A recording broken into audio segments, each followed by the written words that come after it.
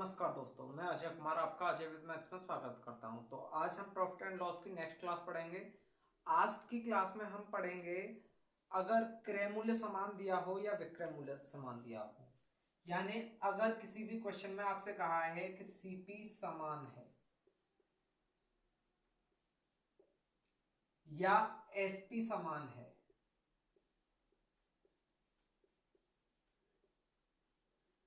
तो इस तरह के क्वेश्चनों को हम कैसे सॉल्व करेंगे, आज हम वह हेडिंग डाल लो सीपी समान। जैसे मान लो कोई व्यक्ति एक दो या दो से अधिक वस्तु खरीदता है और कहता है आपसे क्रय मूल्य समान है। जैसे मान लो कि मैंने एक वस्तु 2000 रुपए में खरीदी, दूसरी वस्तु भी मैंने 2000 रुपए में खरीदी। मैंने इस पर 20% प्रॉफिट लिया और मैंने यहां पर 30% प्रॉफिट लिया। तो यहां टोटल मिलाकर तो देखो टोटल सीपी कितना हो जाएगा, 4000 रुपए। तो 4000 रुपए पर कितना प्रॉफिट होगा, तो यहां पर जो प्रॉफिट होगा वो एवरेज होगा, यानी ये जो दोनों प्रॉफिट हैं उनका एवरेज एवरेज परसेंटेज होगा। ऐसा क्यों होगा समझना। देखो अगर मैं यहां 10% देखता तो 10% में कितना होता, 20 रुपए। 10% में होता आपके 200 रुपए। कितना होता, 200 रुपए। तो अगर 10 जैसे 2000 है और 2000 का मुझे 20% निकालना होता, तो एक 10% में 200 रुपए, तो 20% में 400 रुपए का प्रॉफिट होता। यहां पर 30% में तो देखो कितना हो जाता, 600 रुपए। कितना हो जाता, 600 रुपए।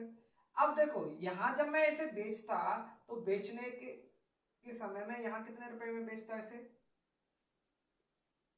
2400 रुपए में, इसे 2600 रुपए में। तो कुल मिलाकर यहां से यहां तक मैं इसे कितने में बेच देता, 5000 रुपए में। देखो दो और दो चार और एक 5000। अब देखना यहां से यहां तक कितना प्रॉफिट हुआ, 1000 रुपए का। कितने पर हुआ, 4000 पर इंटू 100। देखो 3 जीरो से 3 जीरो कट जाएंगे, इससे ये 25 हुआ। अब देखना अगर आप इन दोनों परसेंटेज का एवरेज निकालते तो 30 और 20 50/2, तो कितना हो जाता, 25%।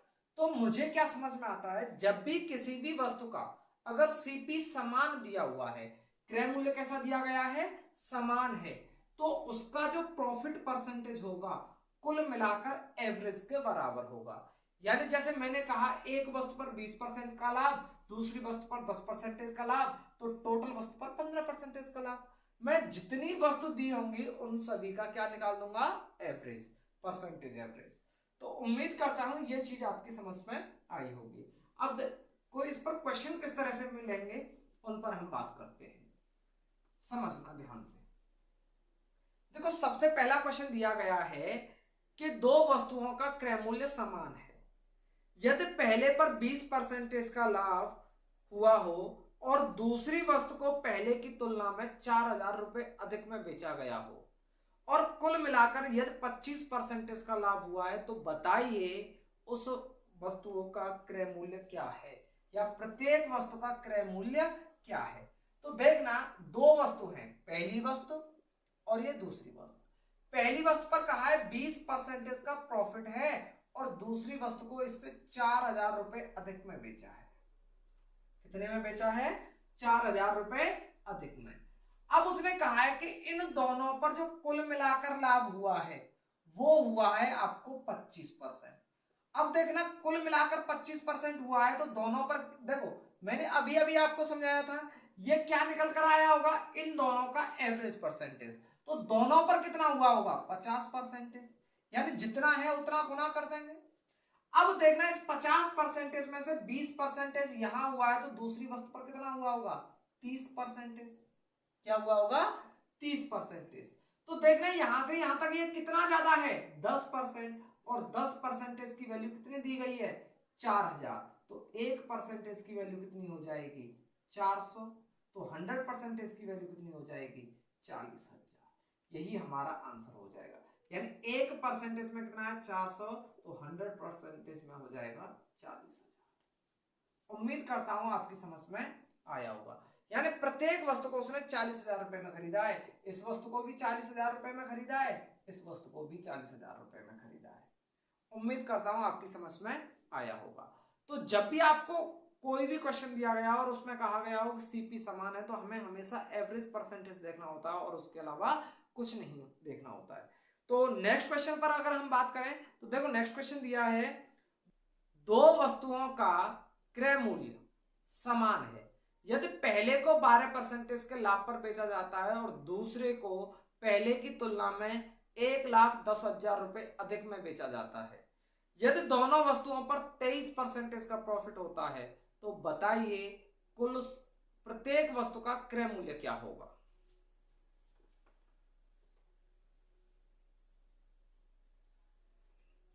तो देखो जब भी इस तरह से दिया हो, पहली वस्तु और दूसरी वस्तु, पहली वस्तु पर 12% का प्रॉफिट हुआ है, दूसरी पर हमें पता करना है, लेकिन इन दोनों को मिलाकर जो हुआ है वो 23% है। तो मैंने कहा है इन दोनों का योग, ये जो निकल कर आएगा वो एवरेज परसेंटेज होगा, तो इन दोनों का योग कितना हो जाएगा 46%, यानी टोटल कितना हुआ होगा 46%। अब 46% में से 12% यहां है, तो यहां कितना रहा होगा 34%, कितना हुआ होगा 34%। अब यहां से यहां तक ये कितना ज्यादा है, तो उसने कहा है दूसरे को पहले की तुलना में 1,10,000 रुपए अधिक में, तो यहां से यहां तक जो हुआ है वो 22%, 22% की वैल्यू 1,10,000 दी गई है। अब देखना 22 से ये कितना कट जाएगा, 22 पंजे 110, 5,000 रुपए, यानी 1% में 5,000 रुपए होता है। तो उसने पूछा है उन वस्तुओं का क्रय मूल्य, तो वो 100% रहा होगा, तो 5,000 गुणा 100 तो कितना हो जाएगा 5। उम्मीद करता हूं आपकी समझ में आया होगा। तो इस तरह का क्वेश्चन दिया हो तो आप नॉर्मल वे में कर सकते हैं। नेक्स्ट क्वेश्चन देखो दिया गया है, इसे हम समझते हैं कि एक ही कीमत पर दो कुर्सियां खरीदी गई, पहले को 35% लाभ पर बेचा गया और दूसरे को उस मूल्य पर बेचा गया जो पहले बिकने वाले मूल्य से 5,400 रुपए कम है। इस बार क्या दिया हुआ है, कम दिया गया है। यदि दोनों कुर्सियों को बेचने पर कुल अर्जित लाभ 20% हो तो बताइए प्रत्येक कुर्सी का लागत मूल्य क्या होगा। तो अब हम आराम से सिंपल वे में कर सकते हैं। देखो अब मुझे इतना लिखने की जरूरत नहीं है, एक पर कहा है 20%, टोटल पर कहा है नहीं, टोटल पर कहा है 20%, तो कुल मिलाकर रहा होगा दो वस्तुओं पर 40%। इसमें से एक पर कितना है 35, तो दूसरे पर कितना है 5, कितना डिफरेंस आएगा 30, और 30 की वैल्यू कितनी दी हुई है 5,400। तो जीरो से जीरो खत्म हो जाए सॉरी, जीरो से जीरो खत्म हो जाएगा, 3 से कट जाएगा ये 180। अब उसने पूछा है क्रय मूल्य, तो 100% की वैल्यू निकालनी है, तो कितना हो जाएगा 18,000। प्रत्येक वस्तु का सीपी कितना रहेगा 18,000। उम्मीद करता हूं आपको ये सारे क्वेश्चन समझ में आ रहे होंगे। देखो इसी प्रकार से नेक्स्ट क्वेश्चन दिया हुआ है, ध्यान देना क्या दिया हुआ है नेक्स्ट क्वेश्चन। ए और बी दो वस्तुओं का क्रय मूल्य समान है, दो वस्तुओं का क्रय मूल्य क्या है समान है, पहले को 24% की हानि पर बेचा जाता है और दूसरे वस्त्र को पहले की तुलना में 270 रुपए अधिक में। यहां थोड़ा हिंदी में मिसप्रिंट हो गया है, कोई दिक्कत की बात नहीं है, जो मैं बोल रहा हूं उस चीज पर ध्यान देना। 270 रुपए अधिक में बेचा जाता है, दोनों वस्तुओं पर कुल मिलाकर 12% का लाभ होता है, तो प्रत्येक वस्तु का क्रय मूल्य क्या होगा। यहाँ विक्रय मूल्य नहीं, क्रय मूल्य आपसे पूछ रहा है। अगर विक्रय मूल्य पूछेगा तब भी हम निकाल सकते हैं, कोई दिक्कत की बात नहीं है, लेकिन अधिकतर क्रय मूल्य पूछा जाता है। हम दोनों चीजें समझते हैं, ध्यान देना। दो वस्तु हैं, पहले को 24% की हानि पर और कुल मिलाकर उसने कहा है कि 12% लाभ हुआ है, 12% लाभ हुआ है टोटल पर, तो टोटल बेचा कितने में होगा 24% में बेचा होगा, क्योंकि ये एवरेज परसेंटेज होता है, तो 2 से गुणा करने के बाद। अब देखो यहाँ 24 की हानि हुई है, लेकिन यहाँ 24 का लाभ हुआ है, तो ये कितने परसेंटेज पर बेचा होगा 48% प्रॉफिट पर। 48 में से 24 जाएगा तभी तो 24 बचेगा, और 24 का आधा होगा 12, औसत निकालते समय हम यही तो करते हैं, दोनों वैल्यू को जोड़कर उसका आधा करते हैं। तो इन दोनों को जोड़ता तो 24 बचता, और 24 का आधा करता तो टोटल मिलाकर तभी तो 12% आता। तो यहाँ कितना रहा 48%। अब उसने कहा है कि पहले की तुलना में दूसरे को, यहां देखो कितने अधिक में बेच रहा है, ये कहा है। तो इन दोनों का मुझे क्या चाहिए, अंतर चाहिए।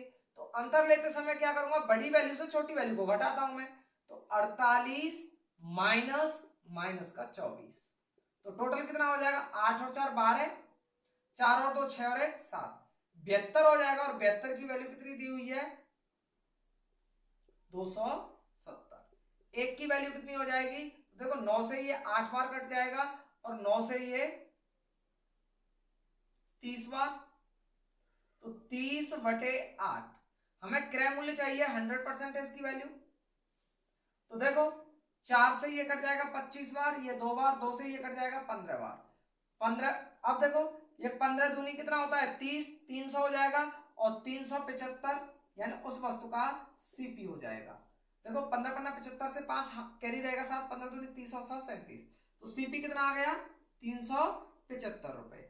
अगर वो विक्रय मूल्य पूछ रहा होता तो एक पर, देखो दोनों वस्तुओं का क्रय मूल्य तो समान है, एक पर बार मैं क्या करूंगा 24% के लॉस लेकर निकाल दूंगा, और एक बार क्या करूंगा मैं 48% प्रॉफिट लेकर निकाल दूंगा, तो मुझे एसपी मिल जाएगा। उम्मीद करता हूं आपको ये चीज समझ में आई होगी। नेक्स्ट क्वेश्चन पर हम बात करते हैं। देखो नेक्स्ट क्वेश्चन दिया हुआ है और इसे समझना है। अगर आपको कभी भी वो एसपी समान कहे,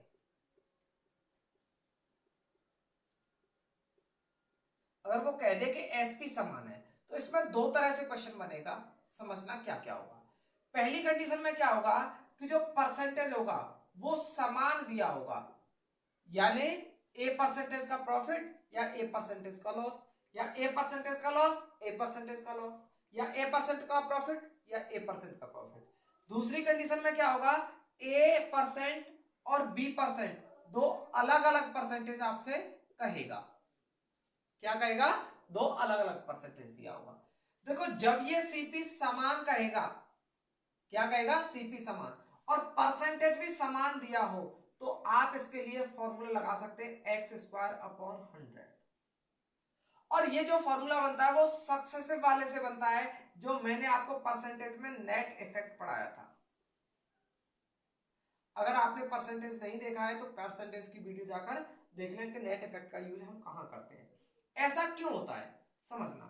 वैसे नेट इफेक्ट का मैंने डेफिनेशन बताया था, जब भी एक वस्तु को बढ़ाया जाए या किन्हीं भी दो वैल्यूओं के बीच में प्रोडक्ट हो रहा हो, तो वहां पर हम इसका यूज करते हैं। लेकिन यहां तो दो वैल्यू अलग अलग होंगी। जैसे मान लो मैंने एक पेन खरीदा और एक किताब खरीदी, और इन दोनों को समान मूल्य पर बेचा।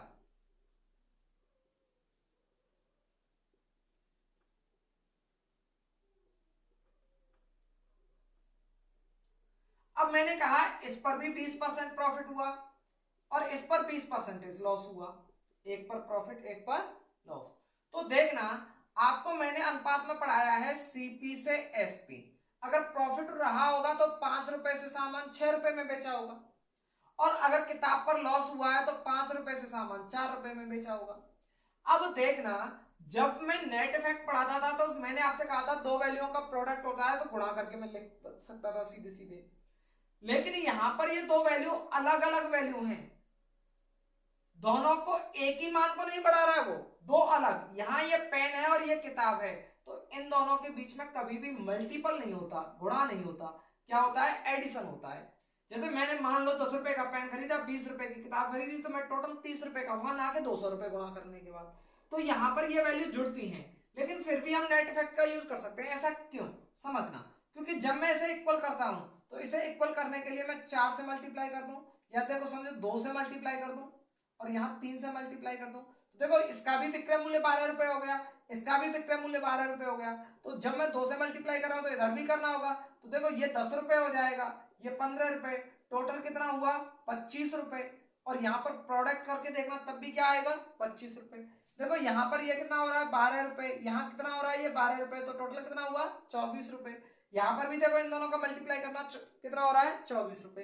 तो इस कारण से मैं इस नेट इफेक्ट का यूज करके यहाँ पर ये रिजल्ट प्राप्त कर लेता हूँ। उम्मीद करता हूँ आपको ये सारी थ्योरी समझ में आई होगी जो चीज मैंने समझाई है। तो इसी पर क्वेश्चन दिया गया है, इसे हम बाद में तैयार करेंगे। पहले हम ये समझते हैं कि अगर परसेंटेज समान दिया गया हो तो ठीक है।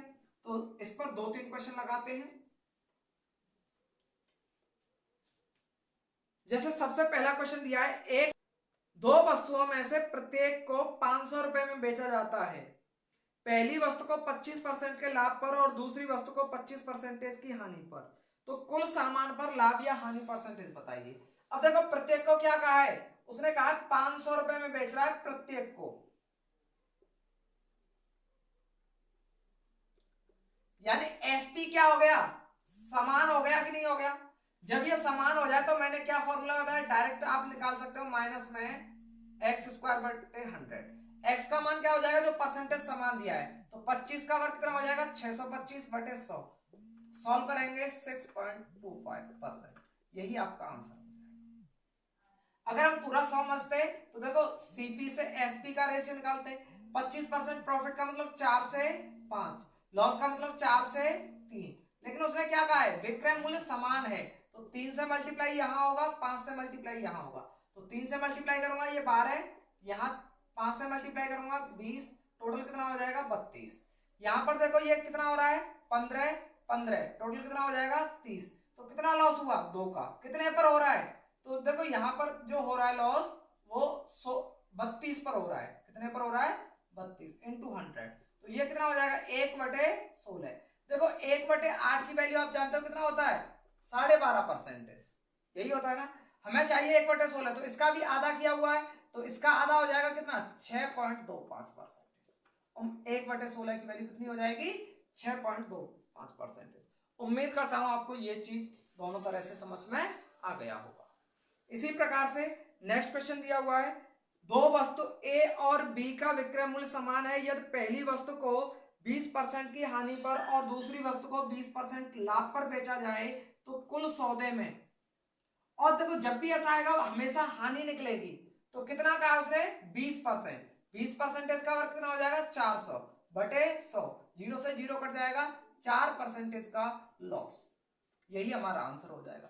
तो हम 2 सेकंड में ऐसे क्वेश्चनों का आंसर कर सकते हैं। जैसे देखो नेक्स्ट क्वेश्चन दिया है, दो वस्तुओं का विक्रय मूल्य समान है यदि पहले पर 25% का लाभ और दूसरे पर 15% का लाभ, पहली वस्तु पर 15% का लाभ और दूसरी वस्तु पर 15% की हानि हो रही हो, तो कुल सौदे में लाभ या हानि प्रतिशत क्या होगा, यह आपसे पूछा है।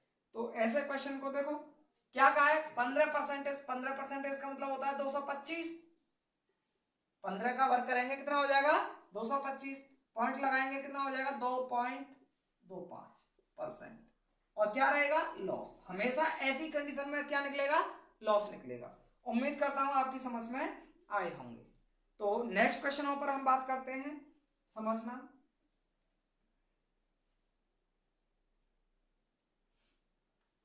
देखो नेक्स्ट क्वेश्चन क्या दिया हुआ है, एक विक्रेता ने 490 में दो वस्तु खरीदी, उनमें से एक वस्तु को 20% हानि पर बेचा, दूसरी को 16% के लाभ पर बेच दिया, दोनों वस्तुओं के विक्रय मूल्य समान हो तो 20% हानि पर बेची गई वस्तु का क्रय मूल्य ज्ञात कीजिए। अब देखो दो वस्तुओं को कितने में खरीदा 490 रुपए में, सॉरी थोड़ा मिसप्रिंट है, 490 रुपए में, क्वेश्चन को मैं करेक्शन कर दूंगा कोई दिक्कत की बात नहीं है। 490 रुपए में दो वस्तु खरीदी, एक को 20% की हानि पर, सीपी से एसपी का रेशियो निकाल सकते हैं, 20% की हानि यानी 5 से 4 में, और दूसरे को उसने कहा है 16% के लाभ पर।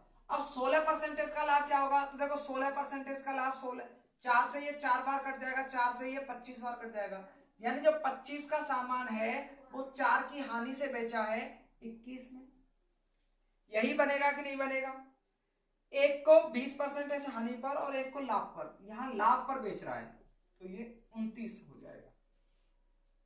अब उसने कहा है दोनों वस्तुओं के विक्रय मूल्य समान है, यानी ये जो विक्रय मूल्य है वो समान है, तो यहाँ क्या करना होगा, मुझे 29 से गुणा करना होगा और यहां मुझे क्या करना होगा, 4 से गुणा करना होगा। अब देखो ये कितना हो जाएगा, तो 145 और ये कितना हो जाएगा, 100।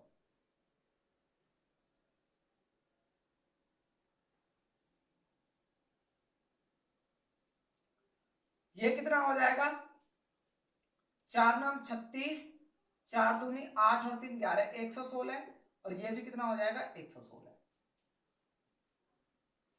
तो देखो यहां टोटल कितना हो रहा है, 245 और यहां कितना हो रहा है ये टोटल, तो विक्रय मूल्य यहां जुड़ जाएगा। लेकिन उसने हमें मान जो दिया हुआ है वो किसका दिया हुआ है, सीपी का। तो 245 की वैल्यू कितनी दी गई है, 490। तो ये कितना गुना है इसका, 2 गुना ही तो है। अगर मैं इसमें 2 से गुणा कर दूंगा तो 2 दूनी 4, 200 का 400, 45 का 90, 490। अब उसने क्या कहा है, 20% हानि पर, 20% हानि पर मैं कितने रुपए में खरीदा है वस्तु को, 445 में। विक्रय मूल्य तो दोनों कंडीशन में समान रहेगा, कोई भी दिक्कत नहीं रहेगी। तो उसने पूछा है क्रय मूल्य, तो इसका भी 2 गुना हो जाएगा और 2 गुना करेंगे तो ये कितना हो जाएगा, 5 दूनी 10, 8 और 1 9, 290। यही आपका आंसर हो जाएगा, क्योंकि 145 इंटू। उम्मीद करता हूं आपकी समझ में आया होगा। नेक्स्ट क्वेश्चन पर हम बात करते हैं।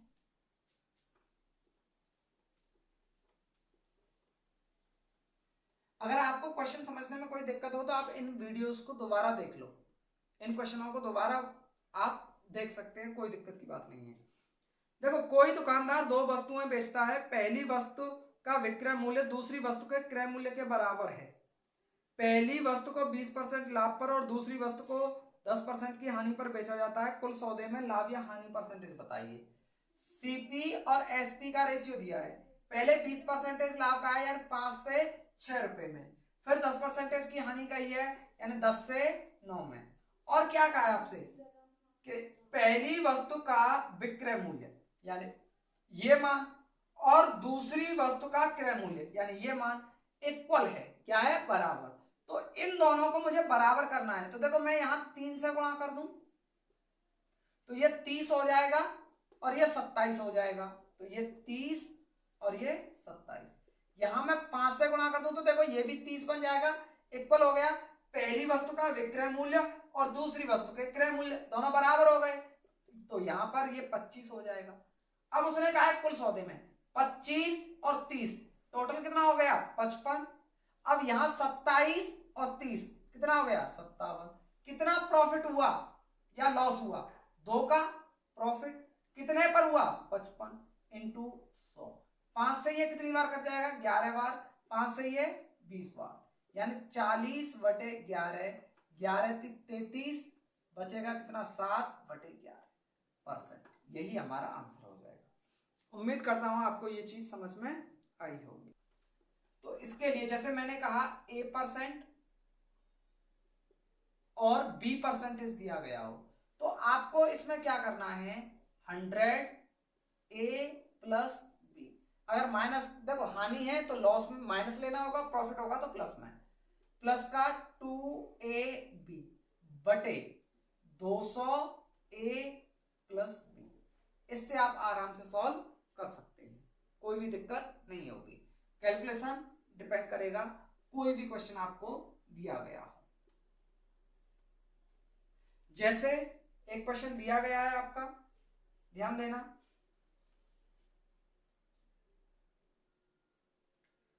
एक दुकानदार ने 2 वस्तुओं में से प्रत्येक को 1500 रुपए में बेचा, यानी विक्रय मूल्य कैसा हो गया, समान। एक पर 19% का लाभ और दूसरे पर 11% की हानि। तो कुल सौदे में 1 दशमलव तक बताना है। तो देखो 19% का तो प्रॉफिट लिया है उसने और 11% का उसने लॉस लिया है, तो वही 100। अब देखो प्रॉफिट है तो प्लस का, लॉस है तो माइनस का। A प्लस B इंटू, देखो प्लस में 2, इन दोनों का मल्टीप्लाई, तो 11 इंटू 19 या 19 इंटू 11 बटे, देखो 200 प्लस का 19 माइनस का 11। देखो यहां पर माइनस है तो माइनस का चिन्ह। ये कैलकुलेशन हमें सॉल्व करनी है। क्या फॉर्मूला बताया मैंने? 100 a plus B plus 2ab बटे 200 प्लस a प्लस बी, ये फॉर्मूला है। तो देखो 19 में से 11 कम करेंगे तो कितना बच जाएगा? 8 मल्टीप्लाई करेंगे 800 प्लस, अभी देखो प्लस लगाकर चल रहा हूं मैं, या ऐसे यहां ऐसे कोष्टक में बंद कर लो। अब देखो 19 दूनी कितना होता है? 38 इंटू माइनस 11। 11 का मल्टीप्लाई करना मैंने बहुत आसानी से बताया है।